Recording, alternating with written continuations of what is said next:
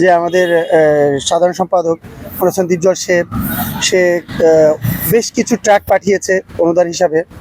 আমি প্রথম দিন থেকেই প্রথমে 4টা এবং পরে 2টা স্পিড বোট দিয়ে আমার রিকভারি করার জন্য এবং আমার যারা টিমে যারা আছে সেই মেম্বাররা গিয়ে বিভিন্ন মানে প্রত্যন্ত অঞ্চল থেকে তাদেরকে সহযোগী করে এবং তাদের কাছ থেকে উদ্ধার করে নিয়ে আসছে। অনেক বাচ্চা, অনেক শিশু আছে, ইভেন পশু পাখিও আছে সেখানে। আমি এগুলো আপলোড করি নাই। আমি যেহেতু আমি একটা অ্যাসোসিয়েশনে আছি, এটা আমি কিছু করা মানে আমার অ্যাসোসিয়েশনে এটার প্রতিনিধিত্ব হওয়া, সেদিক থেকে বিচার করে আমি ওরকম কিছুই আমি করি নাই। বাট এখন আমরা চিন্তা করলাম সমষ্টিগতভাবে কিছু একটা করা দরকার।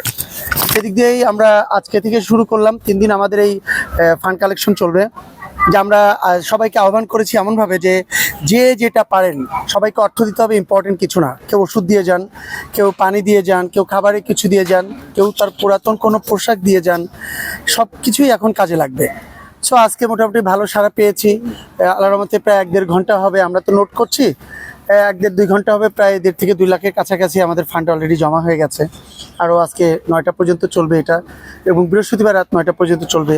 সবাই আমাদেরকে ফোন দিচ্ছে, সবাই অন দ্য ওয়েতে আছে, সবাই আসতেছে। সুন্দর একটা, কেউ চাল নিয়ে আসছে, কেউ ন্যাপকিন নিয়ে আসছে, স্যানিটারি ন্যাপকিন নিয়ে আসছে, কেউ পুরাতন কাপড় নিয়ে আসছে। এটা অনেক ভালো একটা উদ্যোগ আর কি, আমি মনে করি। আজকে শিল্পীদের উপস্থিতির সংখ্যা কম ছিল, তার মানে কি আমরা বলতে পারি কিনা সবাইকে আসলে সাড়া দিয়েছে কিনা আপনাদের এই উদ্যোগে? না, হুট করে আমরা তো কালকে রাত্রেবেলা SMS করা, সবাইকে কাল রাতে SMS করা, আজকে একটা টাইম তাদেরকে দেওয়া হয়েছে। তারা তো আসলে শিল্পীরা তো কাজ না থাকলে একটু আরামপ্রিয় মানুষ, তারা দুপুর পর্যন্ত রেস্ট নেয়। তারা দুপুরের পর থেকে মূলত সবাই আসবে আর কি। সবাই ফোন করতেছে, সবাই অন দ্য ওয়েতে আছে। ইনশাল্লাহ ভালো কিছু কালেকশন হবে, এবং সবাই এটাকে খুব সাধুবাদ জানিয়েছে আমাদের। আপনারা যে কার্যক্রমটা শুরু করেছেন, এটা কি শুধুমাত্র শিল্পীরাই সহযোগিতা করতে পারবে নাকি শিল্পীদের বাইরে যা আছে তারাও চাইলে অংশগ্রহণ করতে? না, তারা চাইলে অংশগ্রহণ করতে পারবে।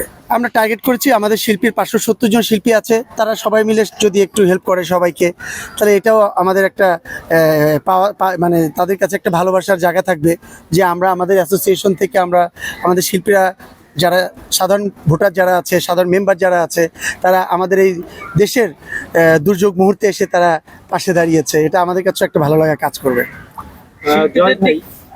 একটা প্রশ্ন করি, শিল্পীদের দিকে আসলে অনেকেই চেয়ে থাকে, সেই দিক থেকে আমরা অনেকেই মনে করি যে শিল্পীরা যদি আরো দ্রুত এগিয়ে আসতো, প্রচারণাটা আরো বেশি হতো, এতে করে মানুষ আরো বেশি সহযোগিতার হাত বাড়িয়ে দিত।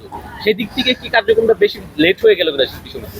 না, অ্যাকচুয়ালি আমাদের প্রেসিডেন্ট দেশের বাইরে আছেন, আমাদের মহাসচিব এবং সাধারণ সম্পাদক যিনি, উনি একটু অসুস্থ।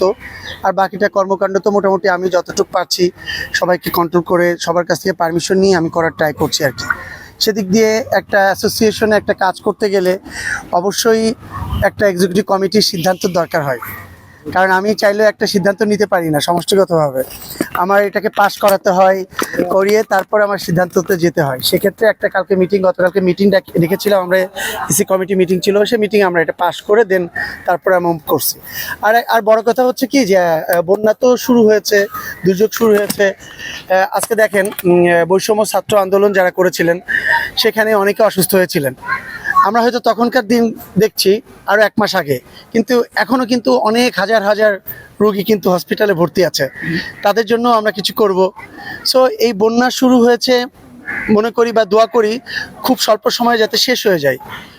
তারপরেও আমরা যতটুকু পারা যায় এর ভিতরে আমরা কন্ট্রিবিউট, কতটুকু কী করা যায় আমরা চেষ্টা করব আমাদের দিক থেকে সর্বোচ্চ কন্ট্রিবিউট করার জন্য। ওই যে ভাইয়া, ওই যে শিল্পীদের যে আপনার ওই যে মামলা করেন আর কি, এটা আসলে যেমন জাহিদ ভাই সহ আরো প্রায় 50 জনের নামের তালিকা এসেছে, এটা আসলে তারা ক্ষমতার অপব্যবহার করছে কিনা? না, অ্যাকচুয়ালি ক্ষমতার অপব্যবহার বলবো কিনা জানি না। আমি মনে করি শিল্পীরা সবার, আমার কাছে এরকম মনে হয়। বিকজ আর আমি একটা জিনিস বলি, সেটা হচ্ছে যে আমরা একটা অ্যাসোসিয়েশন করি, আমরা একটা অ্যাসোসিয়েশনের সঙ্গে আছি। আমার 570 মেম্বারদের সবসময় কোনো না কোনো সাহায্য সহযোগিতা করতে হয়। আইনি জটিলতা থাকে, এরপরে প্রশাসনের জটিলতা থাকে, তাদেরকে উদ্ধার করার দায়িত্ব আমার শিল্পী সমিতির, আমার কোনো মেম্বারদের। কেউ বিপদে পড়লে বা কেউ অসুস্থ থাকলে তার জন্য অনুদান বা প্রণোদন গভর্নমেন্টের কাছ থেকে আনার দায়িত্ব কিন্তু আমাদেরই। সো আমরা যারা অ্যাসোসিয়েশনে কাজ করেছি বিগত দিনে, আমরা যে সরকারি আসবে না কেন আমাদের তাদের সাথে একটা সুসম্পর্ক বজায় রাখতে হয়। কারণ তারা আমাদের জন্য হলো করতে হয়, সেটা হচ্ছে আমার তো একটা অ্যাসোসিয়েশন, সবার সমষ্টিগতভাবে সবার ভালোর জন্যে।